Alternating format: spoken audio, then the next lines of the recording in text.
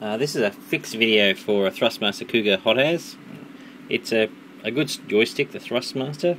It's a great concept with some great software, but unfortunately its hardware lets it down, and sometimes it needs repairs. There's several things that can go wrong. In my instance here, my thumbstick wouldn't work. One of the axes of the thumbstick wouldn't work, no matter if I recalibrated the joystick.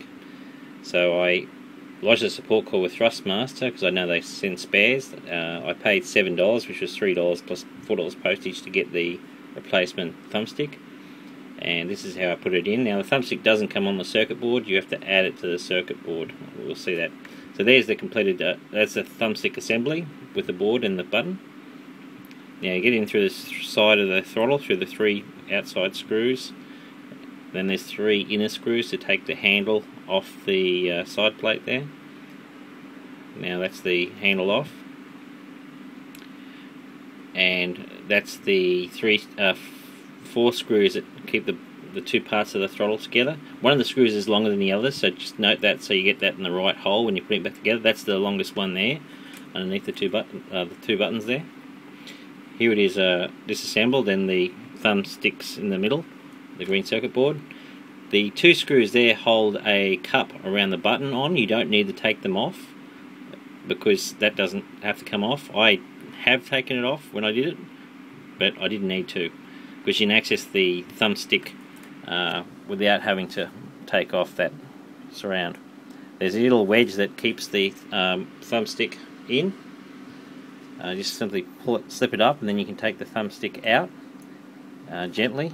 After pulling the button off, just pull the button straight out, and then you can pull the board out and unplug it, being very gentle. You don't want to break any wires. And so there's the replacement thumbstick and the assembly with the old one and the board. So you have to take the thumbstick off the board so you can put the new one in. So you have to use a soldering iron and a solder sucker or a braid or something to suck up the solder, so you can then pull off the micro switch. And this is tricky. I didn't do it particularly well. So heat up each of those, suck it off, and as you suck up, clean out your sucker thing. I think braid might be better than that sucker thing. And as you get the solder off, the copper will show on the traces where you've taken the solder off. And then I gently pried the board off, but I didn't do this particularly well. I should have been a bit more patient with sucking the solder off. My solder sucker wasn't particularly good, and I had problems because of that. Because I pulled my switch off and there was a button. I couldn't work out what the button was doing there, but the button had actually been broken off the bottom of the micro switch. So obviously I didn't get those 4 central solder pieces off very well. I then soldered on the thumbstick, and after I soldered on, I tested each of the little circuits to make sure that I hadn't stuffed it up, because I was a bit forceful with taking the micro switch off, and I was worried that I'd damaged the pads and the circuits weren't connected anymore. So there I've used a multimeter measuring resistance. I've got it on the lowest scale, which is 200 on mine, and I've got the leads plugged into the resistance socket there, the red socket you can see. So with the one, it's showing that there's infinite resistance. I guess there's no connection there. What I want to see is a number there, so that would indicate that the circuit's being completed. So I just traced each one of those circuits using the board there, and you can see there I'm seeing some current, so there's a connection there. So that solder connection is working, but there was a circuit connection that wasn't working. Now I must have damaged the pad, so I put a little bit of wire in there to complete the circuit.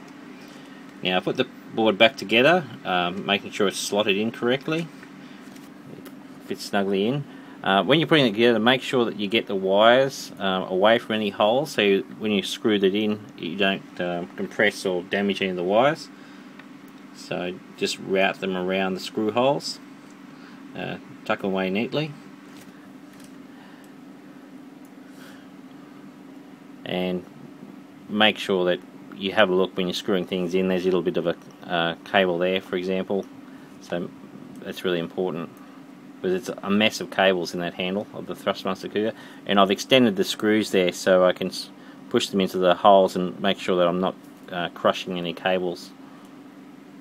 So I plugged it all back in, and I fired up the control panel with high hopes that my joystick was repaired, only to find one of my axis wasn't working at all. So I pulled it apart again, and then I looked at my photos. I always take lots of photos when I'm pulling something apart, so I know how to put it back together again. And you can see here there's actually two traces. There's two traces on the top of the board, and I must have damaged the pads or not done the connection properly.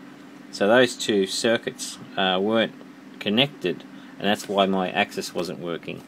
So I had to bodgy two additional wire connections there to complete those circuits so that axis would work.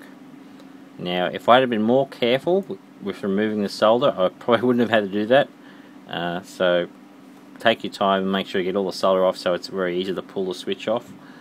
Otherwise you can damage the pads on either side of the board. And then I plugged my joystick back in, and it was functional and working again. So very happy with that. On replacing the microstick, if you go to the Cougar World website, address on the screen there is someone that sells the microstick with the board. Now, I sent them an email and I didn't get a response, but it is a real pain to have to attach the microstick to the board. So if you can buy the board and the microstick together, that's definitely the way to go. So I would try that first in case you have better success and get a response.